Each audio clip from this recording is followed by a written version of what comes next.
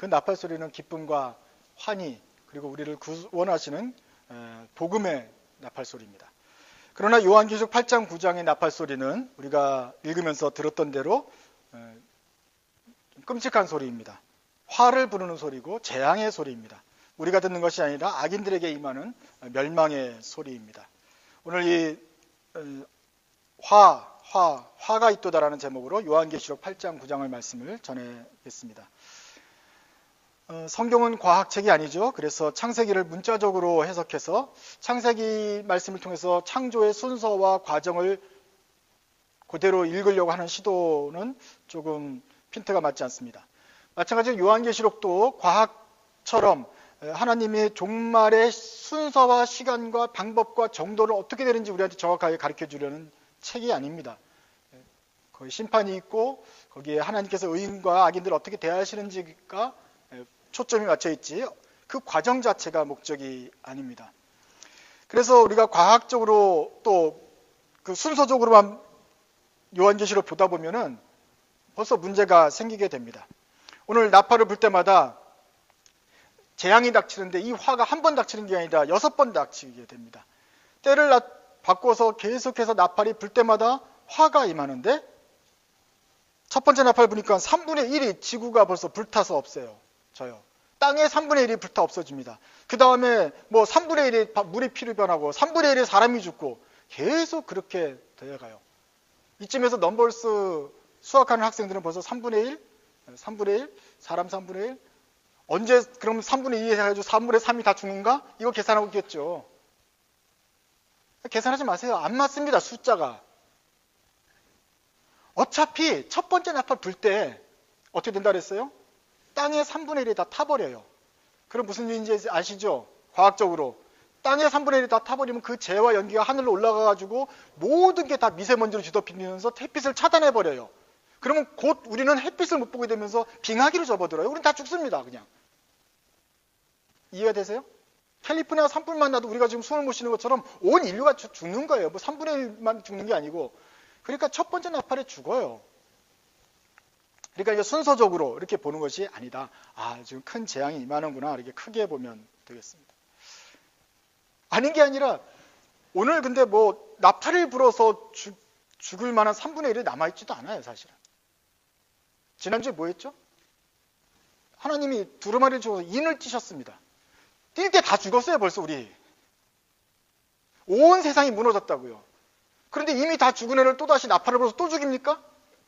이치에 맞지 않죠. 근데 아직도 끝이 아니라 이제 7 대접 심판이 남아있어요. 그릇을 쏟을 때마다 또 심판이 또 생겨요. 죽고 죽이고가 아니고 뭐예요? 그만큼 확실하게 재앙이 임한다라는 것을 강조하는 것이죠. 앞으로 말세에 큰 재앙이 임할 것이다라는 것을 7인을 떼면서 두루마리 환상을 통해서 보여주셨고 오늘은 나팔 환상을 통해서 보여주시는데 2번이나 반복되는 걸 보면서 큰 재앙이 정말로 확실히 임하겠구나 하는 것을 알 수 있게 되는 것입니다. 오늘은 그 환상보다도 거기에서 임하는 어떤 화에 대해서 한번 좀 초점을 맞춰서 보려고 합니다. 13절을 보십시오. 네 번째 나팔을 불었을 때 독수리 같은 공중에 날아가는 독수리가 큰 소리로 외칩니다. 울부짖습니다. 땅에 사는 자들에게 화가 있으리니 또 3번이나 반복하면서 큰 재앙이 있을 거라고 말을 하지요. 이 화라는 말은 헬라어로는 우아이입니다. 그래서 그 말 그대로가 독수리의 울부짖는 의성어 그 표현입니다. 독수리가 하늘에서 우아이 할 때처럼 화가 있다고 그 말로 표현한 거예요. 그래서 그 사람들을 들으면서 독수리 소리와 이 화가 있다는 소리를 연결을 시켰어요. 근데 우아이는 연결이 잘 안 돼요. 제 생각에는 한국말이 의성어 표현을 더 끝내줍니다. 화가 있도다. 독수리 소리 같기도 하고 진짜 화가 너무 미칠 것 같잖아요. 그리고 무섭잖아요.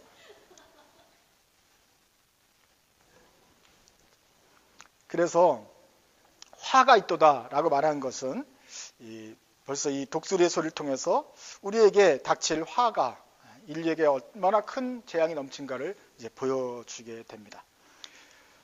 그래서 이 8장 9장이 다 하나님께서 내리시는 화와 심판에 대한 것이에요. 근데 특별히 이번 8, 9장은 8장 9장은 특별히 하나님을 믿지 않고 거역하는 자들에게 좀 초점이 맞춰져 있어요. 지금까지 두루마리 심판도 있었고 화 심판도 있었고 앞으로 그 나팔 심판도 있었고 앞으로 대접 심판도 있을 텐데 특별히 오늘 이 나팔 심판에 대해서는 환상은 특별히 안 믿는 사람들이 어떻게 심판을 당할까라는 것에서 초점이 맞춰져 있는 거예요. 그래서 한번 보세요. 9장으로 넘어가시죠. 9장 4절에 보면은 또 무슨 재앙들이 넘치는데 이 재앙에 제한이 있어요. 한번 4절을 읽어보겠습니다. 9장 4절 시작. 그들에게 이르시되 땅에 풀이나 푸른 것이나 각종 수목은 해하지 말고 오직 이마에 하나님의 인침을 받지 아니한 사람들만 해하라 하시더라. 편의상으로 왼쪽에 앉으신 분들, 제가 보기에 왼쪽에 앉으신 분들을 인침을 받지 않은 사람, 인침 받으신 분이라고 한다면 인침 받은 사람은 빼고 하나님의 도장받은, 하나님의 선택받은 사람 빼고 안 받은 사람만 해라. 그래서 오늘 계속 화는 안 받은 사람들, 인침을 받지 않은, 회개하지 않은 악인들에 대한 내기가 됩니다. 이 사람들은 황충을 메뚜기 같은 큰 메뚜기처럼 묘사된 어떤 큰 몬스터가 나타나서 괴롭게 하는데 굉장히 힘든 고난을 받게 됩니다. 죽고 싶어요. 죽고 싶을 것 같은 괴롭힘인데 죽을 수도 없는 그런 고난을 또 5살 동안 또 임시적으로 또 받게 되는 것입니다.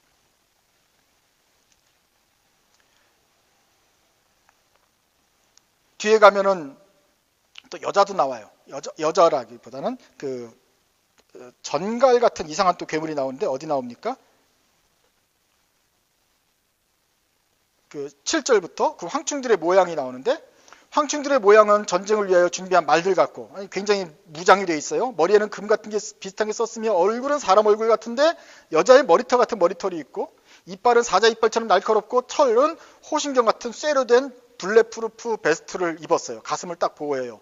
그런데 날개 소리가 우웅 하면서 굉장히 전쟁터로 나가는 말들처럼 굉장히 용맹스러워서 소리만 들어도 쫄려요. 근데 가장 큰 무기는 전갈 같은 꼬리가 뒤려져 있어요. 꼬리가 무슨 찰랑찰랑 말총이 있는 게 아니라 꼬리에 쏘는 살이 있어서 그걸로 그냥 사람을 쏘는데 그건 되게 아픈가 봐요. 그걸로 5달 동안 사람들을 못 살게 굽니다.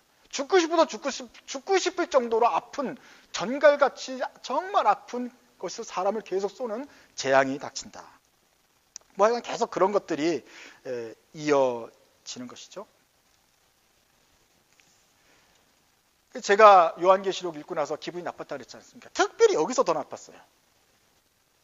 황충이 나타나가지고 전쟁을 여자 같은 머리털과 이빨과 전갈같이 쏘는 무슨 요한계시록 읽었는데 무슨 힘 구원은 아니고 날 죽이겠다는 소리인데 아프고 죽을 수도 없고 이거 어떻게 하라는 거냐. 제가 그때 요 가운데쯤에 있었다 그랬잖아요. 가운데래 요쯤에 있었다 그랬잖아요. 더 짜증이 나는 것이었죠. 정말 무서웠고 인상이 아주 헐리우드 영화 감독들이 좋아할 만한 아주 이 기묘한 그 괴물의 모습이 정말 무서웠어요. 여러분은 어떻습니까? 이거 읽어보면 기분 좋습니까? 최소한 한 분이 지금 공개적으로 흔들다 그러셨는데 그 얘기를 하려고 그래요. 이 재앙은 누구에게 임한다 그랬어요? 이마에 인침받지 않은 자들에게 임한다 그랬어요. 근데 저쪽에서 인침받았다고 하는 사람이 싫다고 막 무섭다고 흔들었어요. 그러면 그 사람은 뭐예요? 자기가 인침 받았는지 안 받았는지 아직 확신이 없는 거예요. 자기가 이 전갈을 만날 거라는 두려움이 아직도 사로잡혀 있는 거예요. 자기가 하나님 피로 구원 받았는지 안 받았는지 모르는 거예요. 거듭난 하나님의 사람은 선택받았다고 내가 믿고 하나님의 자녀가 되었다고 생각하는 사람은 잘 들으세요. 여기에 해당이 안 됩니다. 써 있잖아요. 인침받지 아니한 사람만 쏘라 그랬잖아요. 그러니까 우리는 이 몬스터를 만날 일이 없어요. 아멘입니까? 무서워할 필요가 없다니까. 얼굴도 마주치지 않아요. 얘는 우리를 쏘지 않아요. 펫이에요 그냥. 그러니까 이게 무서운 사람은 아직 지금 가운데쯤에 있는 거예요. 지금 긴가민가 하는 사람이에요. 그러나 여러분 하나님의 예정 가운데 선택되셔서 이 자리에 오셔가지고 주님을 찬송하고 그 마음속으로 하나님의 그 예수님의 피로 거듭난 여러분들은 여기에 대해서 두려워할 필요가 없다 라는 것을 분명하게 좀 생각하셔야 됩니다. 8장 9장은 누구에게 대한 것이다? 악인들에 대한 것이다. 그리고 두 번째 슬라이드를 한번 보여주세요. 그래서 악인 넘버 2, 악인들에 대한 것이다 라는 것을 기억해 두셔야 됩니다. 저를 다시 한번 보세요. 저를 다시 한번 다 보세요. 저기 뒤에 자는 사람들이 있어요. 깨우세요. 중요한 얘기예요. 이번에 잘 안 들으면 또 계속 또 666 영화 같은 거 보면서 계속 무서워할지도 몰라요. 이나도 저를 보세요. 다들 보세요. 눈을 보세요. 자, 보세요. 얼굴은 사람 얼굴 같고 말 같은데 날개가 웅 소리가 달려있고 머리가 철렁철렁 하고 있는데 가슴은 반짝반짝 블랙프루프를 들고 있어요. 날아다니면서 꼬리로 전갈처럼 쏴요. 무서워요? 안 무서워요? 여러분은 무서워해야 돼요? 안 무서워해야 돼요? 안 무섭습니다. 볼 일 있어요? 없어요? 이건 우리의 패시예요. 알았어요? 우리하고는 상관이 없는 거예요. 하나님의 인침을 받지 않은 사람들만 해당되는 것입니다.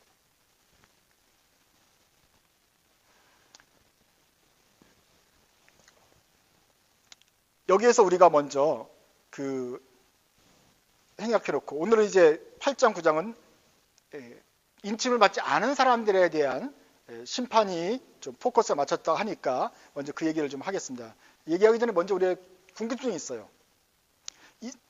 도대체 이 사람들은 어떻게 되는가? 예수천당, 불신지옥 이렇게 간단하게 얘기했는데 예수천당 가고 뭐 하나님 보좌 앞에 서서 하는 건 우리가 얘기했어요. 그러면 불신지옥, 이 사람들은 도대체 지옥 가는데 지옥은 뭔가 궁금할 게 있을 것입니다. 먼저 지옥에 대해서 말씀드리죠. 지옥은 있습니까? 없습니까? 아니, 성경에서는 지옥이 있다고 말해요? 없다고 말해요? 있다고 말합니다. 지옥에 대해서 여러 차례 말했어요. 예수님도 지옥에 대해서 말했습니까? 말씀하셨죠. 예를 들면 부자와 나사로의 비유. 부자가 죽어서 지옥에 가고 나사로는 천국에 가고 거짓 나사로는 천국에 갔고 그 부자가 지옥에서 뜨거워가지고 살려달라고 아니 우리 형제들 못 오게 하려고 내가 메시지 보내려니까 더 이상 올 수가 없다. 굉장히 지옥에서 고통받나 봐요.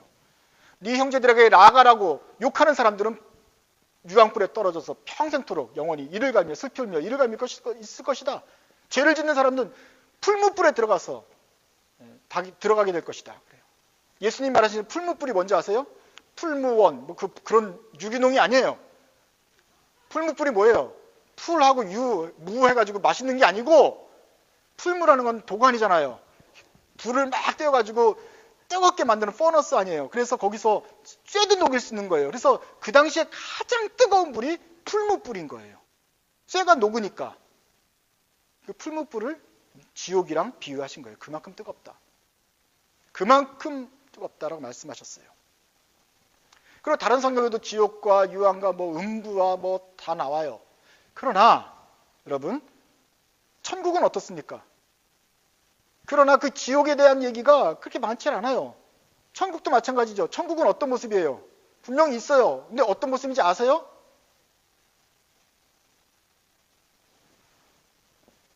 그날에는 우리가 하나님 얼굴을 맞대고 볼 것입니다. 그날 거기서는 하늘의 영광이 가득 차 있습니다. 요한계시록 보면 하나님 보좌 앞에 우리가 다 둘러서 있고 찬송을 할 것입니다. 그 보좌에 앉으신 이와 어린 양께 찬송과 경배와 영광과 존귀를 들리게 될 것입니다. 라고 우리가 무슨 찬양할지도 써 있어요. 그리고 거기는 생명강이 흘러요. 생명나무가 열려요. 환한 곳이에요. 해와 달이 필요 없을 정도로 밝아요. 그 다음에요. 거기까지인 것 같아요. 천국이 어떤 곳인지가 우리가 기독교가 천국의 전문가들인데 천국이 뭔지를 성경이 말하지 않아요. 잘. 좋은 곳, 생명강, 생명나무까지만 있고 나머지는 구체적으로 몰라요. 아마 가르쳐줘도 우리가 무슨 말인지 이해를 못하니까 안 적어놓은 것 같은데 성경에서 더 이상 말하고 있지 않아요. 이해되세요? 천국에 대해서? 지옥은 어떻습니까? 지옥이 분명히 있는 건 확실한데 지옥이 어떤지는 아까 말한 부자와 나사로 얘기, 그 다음에 뭐 풀무불, 유황불, 영원히 꺼지지 않는 불, 근데 거기밖에 없어요. 그래서 얼마나 뜨거운지, 뭐 어떻게 하는지 성경에서 말하고 있지 않습니다, 여러분. 있는 건 확실한데. 그래서 이 지옥에 대해서는 우리가 예수 전당 불신지옥 이렇게 간단하게 말하지만 함부로 말할 내용이 아니란 말이에요. 우리가 모르는 내용을 지금 말하고 있어요. 지옥이 있는 건 아는데 뭐 어떻게 되는지는 우리가 몰라요. 하나님이 우리한테 지옥을 설명해 주러 성경책을 주신 게 아니거든요. 우리는 갈 곳이 아니기 때문에 지옥을 설명할 필요도 없어요. 그래서 설명을 안 하셨나 봐요. 그 성경에서 말하고 있지 않기 때문에 우리는 지옥에 대해서 몰라요. 잘 뜨겁다는 것만 생각이 돼요. 그래서 이것은 기독교 학자들 가운데서도 논란이 생각이 있는 것입니다. 성경이 거기까지밖에 말 안 하기 때문에 그 다음에 진짜 지옥이 어떤 모습일까? 많은 어떤 사람들은 풀무불에 들어가면 쇠도 녹고 다 없어져 버리잖아요. 그죠? 나무도 그냥 흔적도 남지 않고 다 사라져 버리잖아요. 마찬가지로 죄를 지은 악인들이 들어가서 그냥 다 사라져 버린다. 영혼이고 뭐고 다 녹아버린다. 그냥 끝이다. 라고 하는 사람도 있고, 아니면 우리가 전통적으로 생각하는 대로 안 사라지고 평생토록 끝까지 죽고 싶어도 죽을 수 없는 정도로 영원토록 고난을 받을 것이다 라고 생각하는 사람도 있고 그래요. 누가 맞을까요? 몰라요. 성경이 말하지 않기 때문에. 그래서 지옥 문제가 간단한 게 아니구나. 하나님이 거기까지 말하지 않고 있구나를 우리가 명확하게 아는 것이 중요합니다. 그러나 예수님의 말씀에 비추어 볼 때 풀무불처럼 굉장히 뜨거울 것이다. 뜨겁다는 건 우리 인간이죠. 영혼이 뭐가 뜨거우면 뭐가 하는데요. 그만큼 고통스러울 것이다라는 생각은 있지만 악인에게 합당한 벌이 있을 거라는 생각이 들지만 어떤 식으로 하는지는 잘 모르겠다 하는 것입니다. 그보다 더 중요한 문제가 오늘 좀 있어요. 그것은 뭐냐면은 도대체 악인은 있는가 하는 것이에요. 악인이 있습니까? 의인이 있습니까? 그럼 악인이 있습니까? 악인이 있다고 학교에서 배워요? 학교에서 뭐라 가르쳐요?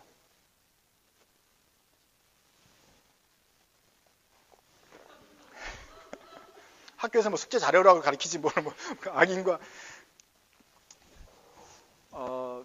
기독교에 이제 와서 하나님 말씀을 들을 때 우리가 구원받고 거듭나고 의인이 되는 건 참 좋은데 가끔씩 헷갈리게 하는 게 있어요. 신경 쓰이게 하는 건 악인은 멸망한다, 지옥 간다는 거예요. 여러분이나 저나 다 착해요. 그래서 우리는 될 수 있으면 많은 사람들이 지옥에 안 갔으면 좋겠다는 생각이 있어요. 그리고 다 회개를 하고 구원을 받는 찬스를 더 주고 기회를 주고 했으면 좋겠어요. 왜냐하면 우리가 바로 그런 시대에 자랐기 때문에 그렇습니다.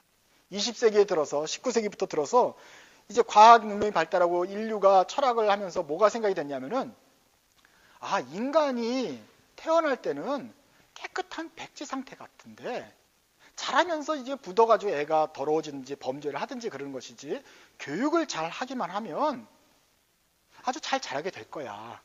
이게 바로 교육학자 루소의 생각 아니었습니까? 그러면서 그 다음부터 사람들이 그럼 우리가 좋은 환경을 만들어주자, 좋은 교육을 시켜주자, 그러면 다들 잘 바르게 자라겠지 생각을 했던 거 아니에요. 그래서 You are special. 너는 할 수 있어.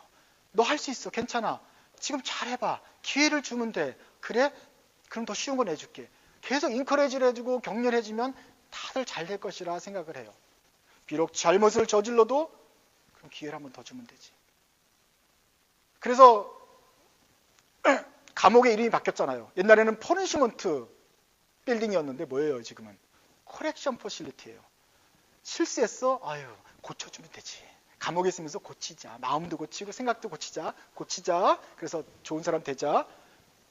계속 고쳐주는 게 우리 생활을 가르쳐요. 가득 차고 있어요. 이런 상황 속에서 의인과 악인을 나누는 기독교의 성경 말씀이 참 거슬립니다. 성경은 악인이 있다고 말하잖아요. 하나님이 말씀하시는 악인이 있다고. 착한 사람들일수록 그 말을 믿기가 힘들어져요. 기회를 더 주면 되지. 조금 더 참으면 되지. 시간을 좀 더 주면 되겠지. 아니 하나님이니까 능력이 계시니까 좀 더 어떤 그런 환경을 만들어서 얘가 착하게 회개할 수 있도록 도와주면 되겠지. 기회가 없어서 그런 거겠지. 계속 그렇게 생각을 한단 말이에요. 그래서 질문이 던지는 거예요. 악인이 있습니까? 오늘 이 8장 9장은 인침받지 않은 악인에 대한 얘기인데 진짜 악인이 있는 겁니까? 이 세상에? 이럴 때 여러분들은 바로 옆에 친구, 잠깐 지금 친구를 잘못 만나서 약간 요즘 탈선하고 사춘기 있는 이 사람들을 악인이라고 생각하면 안 돼요. 지금 여기는 정말로 기회가 있을 수 있는 사람들이에요. 그러니까 아예 여기 있는 사람들 보세요. 보이세요? 저쪽에 있는 사람들. 악인이 보이십니까? 그러면 그 악인이 있습니까? 없습니까? 정말로 구제불능이고 정말 악한 사람들이 있습니까? 없습니까? 그걸 봐야죠. 하나님의 선함을 따라서 의인이 된 사람도 있지만 은혜로 중간인 사람들은 우리가 좀 보류를 해 두십시다. 어떻게 될지 모르니까. 그러나 확실히 접해 있는 사람들은 악인이다. 그 악인들에 대해서 하나님이 이런 나쁜 악인도 봐주시면 하나님의 공의가 없어지는 거기 때문에, 물론 기다려도 주고 하지만 도무지 안 되는 악인들은 심판하시는 것이 하나님의 공의이기 때문에 오늘 8장 9장에서 이런 심판을 통해서 하나님이 악을 제하시는 것입니다. 우리는 하나님이 말씀을 믿지 않아요. 모든 사람이 죄를 범했다고 했고 온 세상이 죄에 빠졌다고 말하는데도, 타락했다고 말하는데도 우리는 얘네들한테 기회를 더 주면, 좀 참아주면 되겠지라고 생각해요. 그럼 결국은 악인이 없다는 뜻이 아니에요. 누구든지 기회를 주면 생각하잖아요. 그러나 하나님은 분명히 악인이 있다고 말을 합니다. 그러니까 오늘 저쪽 끝에 있는 사람들을 한번 생각을 한번 해보십시다. 그런 사람들 위해서 지옥도 예비되어 있고 악인을 위한 심판도 있는 것입니다. 제가 옛날에는 순진했어요. 그래서 누구라도 뉘우치면 될 거라는 생각을 저도 가지고 있었는데, 이제 나이를 먹어가면서 많은 경험을 통해서 사람들을 대하면서 진짜로 악인이 있다는 것을 믿게 되었습니다. 많은 악인을 만난 건 아니고 그 중에 대표적인 사람이 전두환이라는 사람입니다.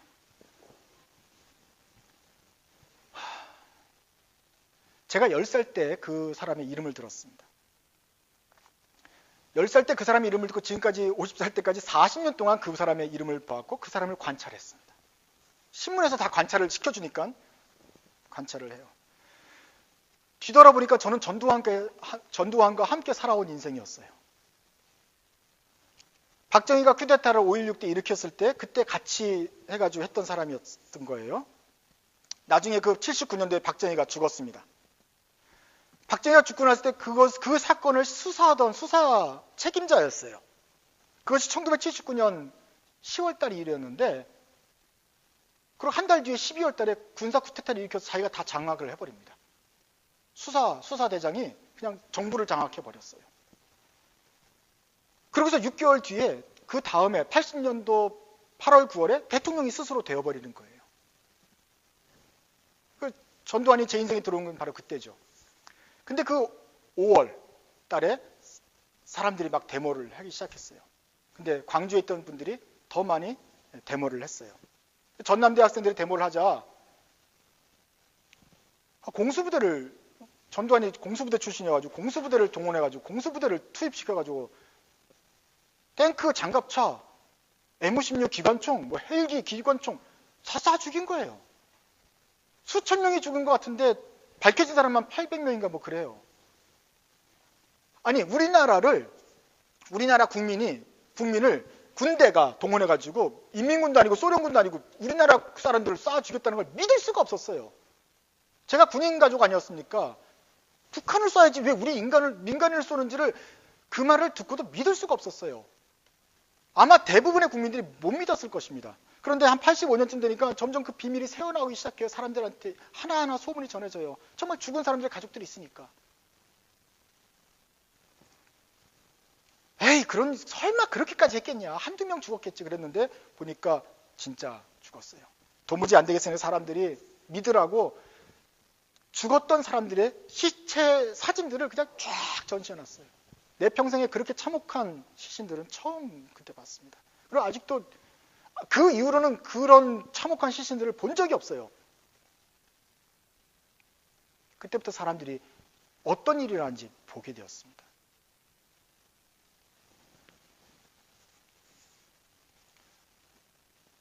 그래서 87년도에 민주화 운동이 일어났던 것은 바로 광주에 있던 일이 밝혀지면서 좀 알게 되면서 사람들이 정부를 바꿔야겠다, 직선제 개헌하자 이렇게 된 것이죠. 그 다음에 노태우가 되고 나서 또 그것이 묻혔어요. 7년 뒤에야 95년도쯤 되어서 이제 민주정부가 들어선 다음에 전두환과 노태우를 함께 법정에 세울 수가 있었던 것이에요. 제목은 반란죄와 내란죄. 일단 쿠데타를 일으킨 가장 큰 죄를 지어가지고 그것만 해도 벌써 사형에 해당이 되었어요. 그래서 사형 언도를 주었던 것입니다. 그 외에 자잘자잘한 것들은 너무너무 많아요. 특별히 대통령이 되면서 뭘 했느냐? 돈을 훔쳤어요. 국가 돈을. 근데 얼마나 훔쳤느냐? 5천억을 훔쳤습니다. 그 당시 돈으로. 근데 5천억이 뭔지를 잠깐 들으세요. 5천억이 뭔지를 우리 국민들이 아무도 몰랐어요. 왜냐하면 억만 해도 우리는 너무 많은 돈이라고 했고 10억, 100억은 있는데 5천억은 도대체 무슨 돈인지 셀 수가 없었어요. 그래서 뭐라고 했냐면 그때 이걸 뭐 10,000원짜리를 쭉 세워놓으면 뭐 대구에서 부산까지 왔다 갔다, 서울에서 부산까지 왔다 갔다 정도고 뭐 아파트를 몇 천 채, 만 채를 살 정도라고 비유를 해도 실감이 안 오는 돈이었어요. 그러니까 요즘 말로는 뭐 트릴리언 뭐 이런 거예요. 무슨 하여간 많은 돈이에요. 그래서 사형을 주었던 것이, 언도를 했던 것이죠. 그다음에 국민의 정부가 들어서 이제 그 김대중 대통령이 들어선 다음에 이제 이분들을 사면을 하자. 그래서 전두환 대통령은 뭐 잘못했다 뭐 해가지고 사면을 해줬습니다. 그래서 감옥에서 내보냈어요. 감옥에서 내보내면서 일단 뭐 반란죄는 용서해주겠지만 일단 돈 훔친 게 5천억이 있는데, 근데 그 중에서 밝혀낸 것들 2천억은 국가에 다시 내놔라. 더 밝혀야 되는데 밝힐 증거가 별로 없어요. 그래서 밝힌 게 2천억이에요. 그것도 많은 거죠. 2천억은 그럼 국가의 추징금으로 다시 토해내라 그랬더니 토해내겠다 그랬죠. 그래서 풀어줬어요. 풀어줬어요. 그런데 그 뒤로 이제 벌써 수십 년이 지났어요. 자, 제가 그 사람하고 40년을 살았다 그랬잖아요. 그 중에 한 20년은 막 그 사람은 독재자였고 잡혀갔다가 풀어준 다음에도 지금 한 20년이 지나가지고 지금 여기까지 왔습니다. 사람이 한번 잡혀간 다음에 회개를 하고 뉘우치고 변화를 받는 게 제가 뭔지 알아요. 목사이기 때문에 정말 저 사람이 진짜로 회개를 했는지 아니면 가짜 회개인지 좀 보면 알아요. 그런데 그 뒤로 오랫동안 또 지켜보는데 과연 그 전두환 씨는 회개를 했느냐? 정말 회개했을 것 같으면 벌써 2천억 물어냈다는 걸 다 토해내고 아니면 1,000억도 좀 더 해가지고 한 3천억 정도 토해내고 회개를 하고 이래야 무슨 삭개오처럼 회개한 열매가 보인다고 할 텐데 벌금 내겠다고 해서 내질 않아요. 그래서 잡아가지고 막 하는데 돈이 없대요. 29만 원밖에 통장에 없대요. 다 숨겨놨어요. 철저하게 숨겨놨어요. 한 달이 건쳐서 옆에 사람한테 맡기고 그 사람이 또 맡겨가지고 찾아내기가 사실 쉽지 않아요. 그래서 지금까지 수십 년이 지났는데 겨우 1,000억 냈다 그럽니다. 1,000억을 겨우 빚쟁이처럼 받아가서 제발 좀 달라가지고 받은 게 1,000억밖에 안 되나. 아직도 1,000억이 남아있어요. 안 난 게. 1,000억이라는 건 난 이해가 안 되는 숫자인데 하여간 많이 남아있어요. 얼마나 철저하고 뻔뻔하게 숨기는지 몰라요. 미안한 말이지만 그 부하 중에 또 권전달이라는 사람이 있어요. 권 씨예요. 이 사람을 통해서 자기 부하들한테 돈을 나눠줘가지고 숨기라고 해가지고 그 사람이 또 미국에 있는 권 씨한테 맡겨가지고 권 씨가 또 H마트를 크게 하고 해가지고 했다는 소문이 파다해요. 근데 그 H마트가 전두환 거라는, 실제로는 전두환 거라는 심증은 있는데 물증이 없어요. 워낙 잘 숨겼기 때문에 그래요. 이해되세요? 그것뿐만 아니라 밝혀진 게 뭐 포도밭이나 밝혀진 건 또 따로 있는데도 안 밝혀진 게 너무너무 많은데 어떻게 할 수가 없어요. 꽁꽁 숨겼어요. 이명박 대통령 감옥에 간 것은 이명박 대통령 너무 교만하게 쿠션도 안 정하고 그냥 노골적으로 숨겼기 때문에 잡아갈 수 있었던 거예요. 근데 전두환 씨는 너무너무 철저하게 숨겼어요. 그리고 그 옆에 부하들이, 그렇게 숨겨준 부하들이 꽤 많아요. 그러니까 이 부하와 저 부하를 통해서 얼마나 몇천억 원씩 지금도 숨겼는지를 우리가 알 수가 없어요. 그러니까 악의 축입니다, 사실은. 그 돈으로 지금 자기가 내지 않은 돈만 가지고 또 숨겨놓은 돈이 있기 때문에 그 조직폭력배가 아직도 운영이 되는 거예요. 떵떵거리고 사는 거예요. 찾을 수 있으면 찾아봐라. 못 찾겠어요. 노태우 거는 좀 찾아가는데 이명박은 전 돈 정권이 쉽지 않아요. 그래서 손을 못 대고 있는 거예요. 지금까지 이렇게 40년이 흘렀습니다. 최근에 광주 학살 문제가 다시 등장을 했어요. 왜냐하면 새로운 사건이 또 생겼거든요. 광주 때 공수부대만 쏜 게 아니라 헬기 부대가 동원돼가지고 헬기에서 기관총을 난사했다 그러지 않습니까? 그래서 그 파편들이 드러나니까 다시 이제 법정이 또 하나가 생긴 거예요. 아니 세상에 기관총으로 사람을 쏘면 어떡해? 무슨 월남전도 아니고. 그래서 법정에 참고인으로 누가 발포인지 알아야 되니까 전두환을 참고인으로 부른 거죠. 근데 안 온대요. 치매 걸려서 못 오겠대요. 그렇게 빠져나갑니다. 근데 이틀 뒤인가 3일 뒤인가 골프 치다가 걸렸잖아요. 골프 쳐가지고 자기가 머릿속으로 다 암산해서 타수까지 암산으로 계산할 정도예요. 거기서 제가 아는 사실 두 가지입니다. 굉장히 똑똑한 게 아직도 총명이 살아있구나. 두 번째로는 나보다 체력이 건강하구나.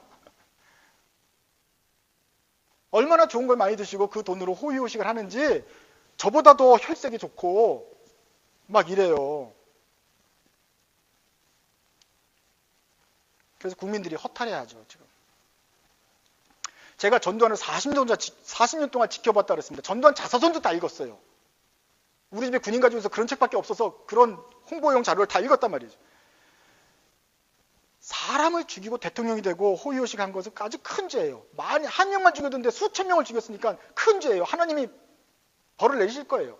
그런데 사람은 어떻게 했느냐? 우리 국민들이 일단 용서를 했어요. 착해가지고 일단 죽이진 않고 기회를 줬어요. 석방시켜주고 그러면 참여하겠지. 참여한다 그랬으니까 믿어주자. 돈 낸다 그랬으니까 돈 내는 것 좀 보자. 그렇게 회개하고 살 줄 알았어요. 그게 95년도, 97년도 얘기예요. 그러나 그 뒤로 어떻게 됐습니까? 전혀 사람이 변하지 않았어요. 벌금도 안 내고 있고요. 배째라 그러고 구인해봐라 그러고 그렇게 나와요. 그리고 아직도 그 옆에 있는 호위무사들이 많아 있어요. 저를 보세요. 착하신 여러분. 지금쯤 여러분 또 머릿속에 또 아직도 이런 의문이 있어요. 그래도 전두환은 변하지 않을까? 아직 기회가 남아있지 않을까? 홍탁집의 사장도 변하는데 사람에게는 기회가 또 있지 않을까? 심지어 전두환 나쁜 건 맞지만 그래도 기회가 있지 않을까?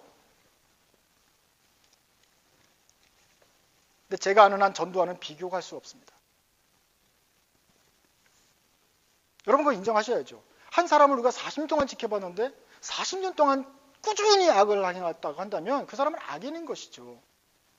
한 명 죽여도 악인인데 수천 명을 죽이고 회개도 지금 용서해줄까 말까인데 수천 명을 죽여도 회개도 안 하고 뻔뻔하게 하면 정말 악인이죠. 내 인생이 얼마나 불쌍합니까? 전두환과 함께 사는 50년. 웃기잖아요. 여러분도 마찬가지예요. 악인이 계속 득세하는 걸 계속 보면서 자라요. 그러면서 우리가 기도하잖아요. 하나님, 살아계신 거 맞습니까? 하나님이 살아계시다면 어떻게 저 사람이 지금까지 죄를 심판을 받지 않고 떵떵거리며 살 수 있습니까? 그럼 우리도 한 수천억을 해먹어야 된다는 소리입니까? 많은 사람들이 이것 때문에 하나님을 믿기가 힘들어질 정도가 됐잖아요. 지금까지 회개하지 않은 걸 보니까 앞으로도 더 이상 가망이 없겠다고 생각하는 게 좋겠다. 물론 지금이라도 회개하면 좋겠어요. 앞으로라도 회개하면 저는 좋겠어요. 그런데 아직까지 자기가 민주화의 아버지라고 믿고 있는 한 그 회개의 가능성이 없다. 저는 그저 그 사람을 보면서 하나님 말씀을 더 믿게 되었습니다. 그 사람을 묵상하면 묵상할수록 그 사람의 지나온 전기를 생각하면 생각할수록 악인이 있다는 하나님의 말씀을 제가 믿기 시작했다. 이 세상에 죄를 범했고 사탄이 틈타서 우리를 타락해 한 그 타락이 얼마나 정도가 깊고 뿌리가 깊은지 드디어 이해할 수 있게 되었다.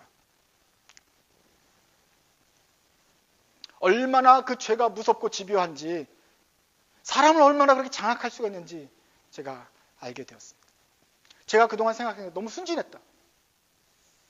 기회를 주면 회개하는 사람도 있지만 수십 년 동안 기회를 줬고 온 국민이 기회를 줘도 회개하지 않는 사람도 있구나. 아, 정말 악은 무서운 거구나.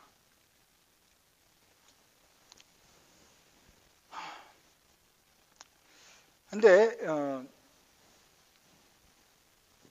그 사람을 다시 한번 또 생각하니까 다시 화가 나긴 하는데 이번에 제가 그 골프장 캐디 암산 사건을 들으면서 제가 화가 안 나더라고요. 뭐 민주화의 아버지라고 이순자 여사가 막 그렇게 말도 안 되는 소리를 해도 별로 이제는 화가 안 납니다. 왜 그런지 아십니까? 제가 나이가 들어서 좀 너그러진 게 아니고 시간이 지났기 때문에 그래요. 나보다 40년 더 산 전두환이 내가 10살 때부터 그 사람을 알았는데 지금 내가 50살이 된 순간 전두환이 지금 몇 살입니까? 31년생이에요. 이제 내년에 90살이 됩니다. 그 속으로 지가 100살을 살겠냐, 101살을 살겠냐, 200살을 살겠어요? 아마 진짜 10년이나 15년, 20년 안에 다 이제 심판받았다는 소식이 들리겠지. 이제 그 인생이 아무리 지금 떵떵하며 살더라도 이제 10년밖에 안 남았어. 이제 조금 있으면 다 사라지게 될 거야. 하나님이 풀무불로 심판하실 거야. 그 생각하니까 오히려 좀 불쌍해져요. 이제 40년 동안 악을 행했으면 앞으로 딱 10년 남았는데 얘가 빨리 좀 어떻게 좀 하면 좋겠는데 불쌍하다. 앞으로 이 7나팔, 8나팔 이 나팔 소리에 대해 날 때마다 얘가 심판받을 그 미래를 생각하니 정말 불쌍하다라는 생각이 듭니다. 차라리 제가 마음이 이제 여유로워지고 그 사람이 불쌍하게 보여요. 그래서 성경이 말합니다. 악인의 형통을 부러워하지 말아라. 아무리 이 땅에서 지금 떵떵거리며 살더라도 그의 최후는 불쏘시개에 불과하다. 바다라면 날리는 겨와 같다. 아무리 지금 그가 호의호식을 하더라도 결말이 좋지 않다. 내가 심판할 것이다. 이것이 계시록에서 보여주는 악인들의 최후인 것입니다. 그러므로 여러분, 아직까지 비록 여기 가운데 있는 사람들은 우리가 좀 기회를 준다 할지라도 하나님 말씀을 믿으십시오. 하나님 말씀을 끝까지 부인하는 악인들이 있고 그 악인들은 심판받아 마땅한 것입니다. 그래서 하나님이 그 악인들을 심판하고 의인들을 구원하려 이 세상에 오시는 것입니다. 그래서 독수리가 이 사람들한테 화 하면서 이들을 심판한 재앙을 내리는 것입니다. 화 3번 울부짖는 것은 그만큼 확실하게 재앙이 있다. 혹시 얘네들한테 재앙이 안 내리고 아니면 화가 있고 그냥 혹시 그냥 아프지도 않고 그냥 사라져버리면 어떡하지? 아플 것입니다. 3번이나 신도하게 했으니까 정말로 후회할 정도로 아프고 뉘웃 정말 속상하고 자신이 태어난 것을 저주하면서 죽을 정도로 아프게 최후가 비참할 것입니다.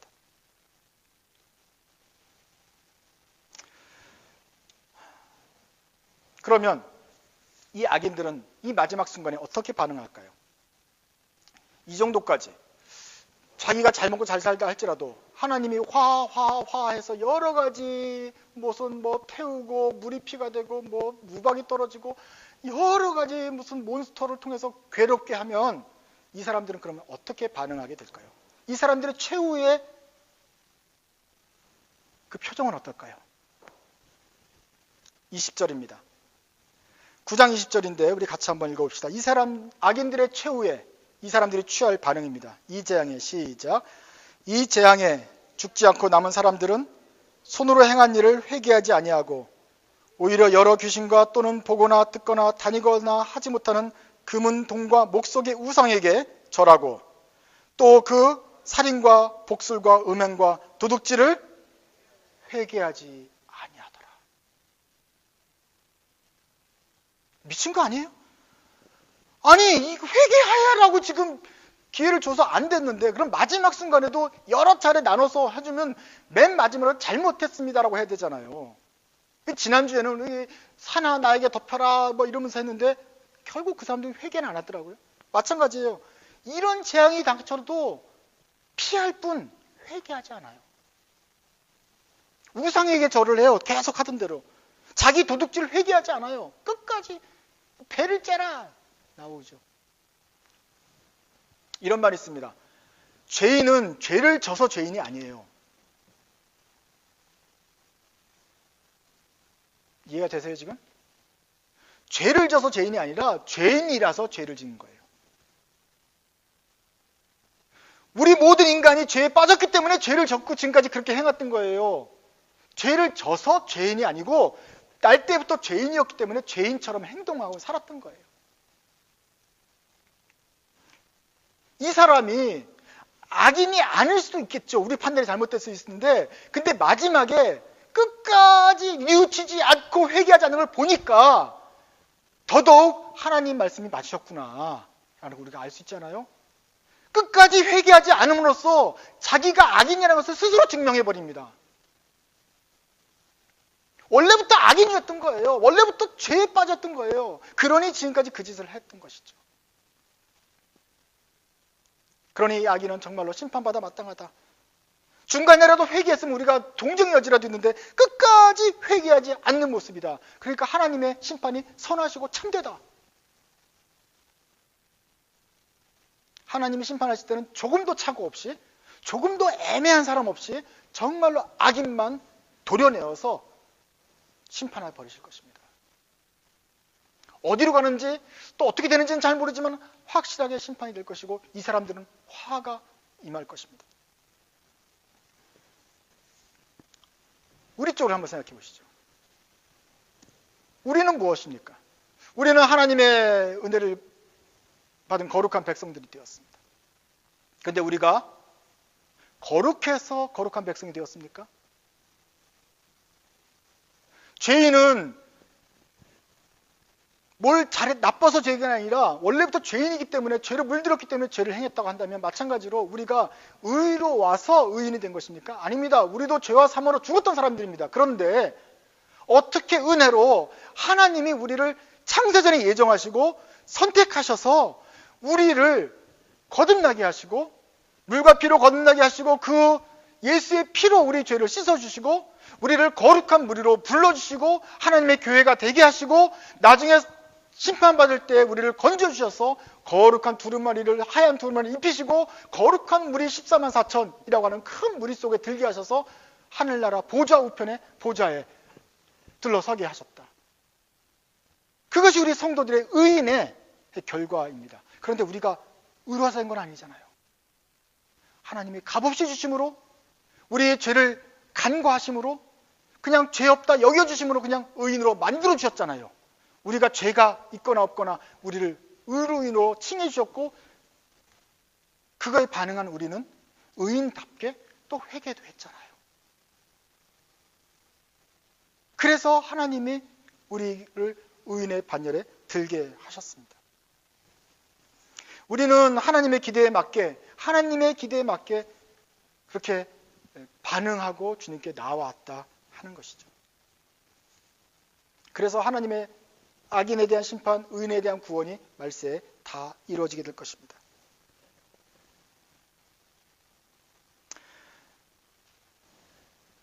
저는 교회 다니면서 처음에 다니면서 제일 힘들었던 그 교리가 바로 선택의 교리였습니다.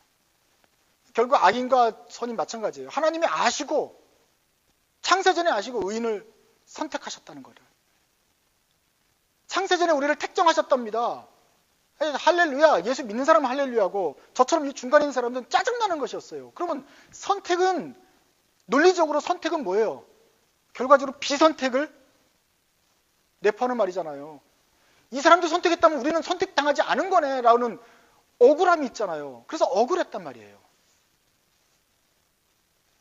어쩌나 겨우 이쯤 넘어와서 저도 이제 여러분과 같이 지금 행복하게 이 사람 이것은 이마에 임침을 받지 아니한 사람들만 해치는구나 하면서 평화롭게 볼 수 있겠지만 이 가운데 있을 때는 너무나도 두렵고 힘들었지 않겠어요? 선택 교리가 미웠어요. 그리고 하나님이 안 선택받은 사람들한테 너무 잔인하게 구시는 것 같았어요. 괜히 우리는 이유도 없이 선택받지 않는 거라고 생각을 했어요. 그러나 악인을 묵상해 보니 하나님이 정말 악인은 선택하지 않으셨어야 정상이고 이 악인 중에 하나라도 혹시 잘못해서 들어오면 안 되는구나 생각이 됐고 하나님이 의인은 그 창세전의 그 뛰어난 지혜대로 회개할 만한 의인들을 하나님이 깊으신 뜻 가운데서 알아서 선택을 하셨겠구나라는 믿음이 생긴 것입니다. 중간에 애매한 사람이 있겠냐고요? 우리 눈에는 애매하지만 하나님 눈에는 애매하지 않았을 것입니다. 그래서 그의 깊으신 뜻대로 택정하시고 그 택정하시고 부르심에 잘 반응하는 성도들은 모아서 곳간안에 드리고 그러지 않고 끝까지 버역하고 반역하고 화를 당해도 회개하지 아니하는 악인들은 모아서 쭉정이는 모아서 불에 사르고 하나님이 그 추수 안에 곡식과 쭉정이를 나누게 될 것이다 하는 것을 보게 됩니다. 그래서 저는 악인들을 볼수록 하나님의 선택 교리가 맞다는 것을 인정할 수밖에 없고, 다행히 우리가 그 하나님의 부르심에 순종하여서 하나님의 나라에 들어와 있구나 라는 것을 감사할 수밖에 없습니다. 여러분, 우리가 죄를 짓지 않아서 거룩하신 것이 아닌 것을 다시 한번 확인하십시오. 하나님의 크신 사랑과 은혜로 의인이 되었기 때문에 우리는 의로워졌고, 그 은혜 가운데서 우리는 이 화를 면하며 주님의 마지막 날에 우리는 기쁨으로 주님 앞에 설 수 있게 되는 것입니다. 예수님의 큰 은혜로 구원받았고 이마에 하나님의 도장을 받은 우리들이 선택받은 사람이 되었다는 것이 감사할 뿐입니다. 그리고 내 힘으로가 된 것이 아니라 순전히 주님의 은혜로 되었다고 생각하면서 지금도 주님의 은혜에 감사하는 것입니다. 우리 화가 미쳤다고 온 세상이 화가 미칠 때 우리에게는 미치지 않는 것을 생각하면서 우리에게 이런 큰 기쁨을 주시고 참 구원을 주신 하나님 그 은혜를 찬양하기 원합니다. 다 같이 하나씩 일어나셔서 우리 195장 찬송하시겠습니다. 우리의 죄를 사해 주신 예수님의 피를 찬양합시다.